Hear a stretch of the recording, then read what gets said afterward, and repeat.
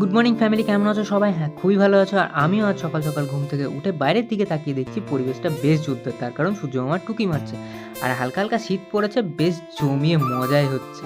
তো যাই হোক, আমি আর বেশি দেরি না করে চলো ফ্রেশ হয়ে নিই। নিচে নেমে দেখছি পেঁয়াজ, জানি না কি কারণে পেঁয়াজ রেখে দিয়েছে, বাট আমি আর অতটা খেয়াল করলাম না। তাই সোজা চলে গেলাম ওয়াশরুম আর ফ্রেশ হয়ে আমি হাতে বাটি নিয়ে সোজা চলে আসলাম আমার রুমে। উপরে এসে দেখছি বিছানার অবস্থা টোটালি গাইল। তো তোমাদেরকে একটা ম্যাজিক দেখাই।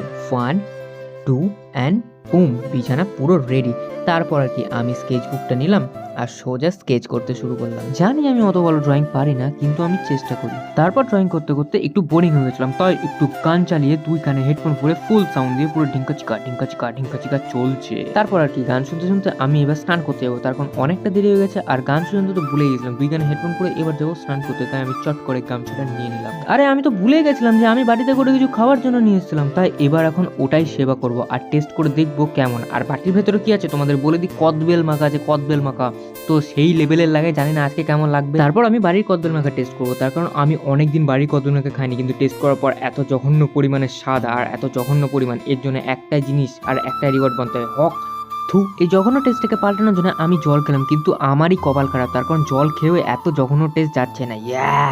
ছি, আর এই জঘন্য টেস্টটাকে যে কিভাবে দূর করবো আমি নিজেও আইডিয়া করতে পারছি না। তো যাই হোক, কোনো ব্যাপার না, চলো আমি আগে স্নানটা করে নিই। ভাবলাম স্নান করতে যাবো, কিন্তু কি এমন মনে হলো যে চেঞ্জ করে চলে আসলাম সোজা বাগানে। তার কারণ একটু নেচারের কাছে থাকছি আর তোমাদেরকে কিছু নেচারের ছোট ছোট ক্লিপ দেখায়, তো তোমরাও দেখে নাও।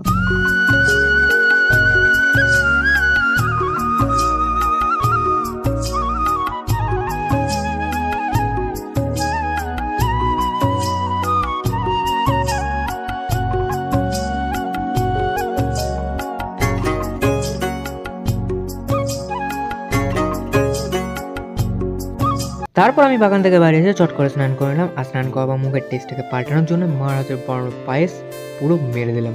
আর এবার যাবো সোজা বেলডাঙা, তখন দাদা ডেকেছিল। আর বলতে বলতে আমি সোজা চলে আসলাম বেলডাঙা। আর বেলডাঙা এসে আমি প্রচণ্ড হ্যাপি, তার কারণ অনেকদিন পর দাদার কাছে এসেছি, তো মারাত্মক লেভেলের আড্ডা হবে, মারাত্মক লেভেলের গল্প হবে, তাই আমি প্রচণ্ড হ্যাপি। আর তারপর দাদার সঙ্গে চলে আসলাম সোজা মতিনে, তার কারণ দাদার ফোনের একটু জ্বর এসছে, মানে হালকা করে ঠান্ডা লেগেছে, তাই একটু ডাক্তার দেখাতে এসেছি।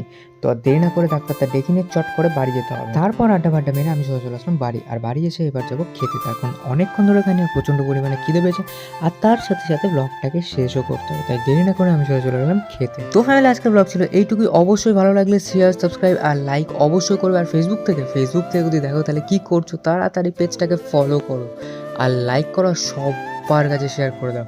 তো দেখা হচ্ছে পরের ভিডিওতে। আর হ্যাঁ, নেচারের যে ভিডিওগুলো আমি নিজে ক্যাপচার করে তোমাদেরকে দেখিয়েছি, সেগুলো কেমন লাগলো অবশ্যই কমেন্ট করে জানাও।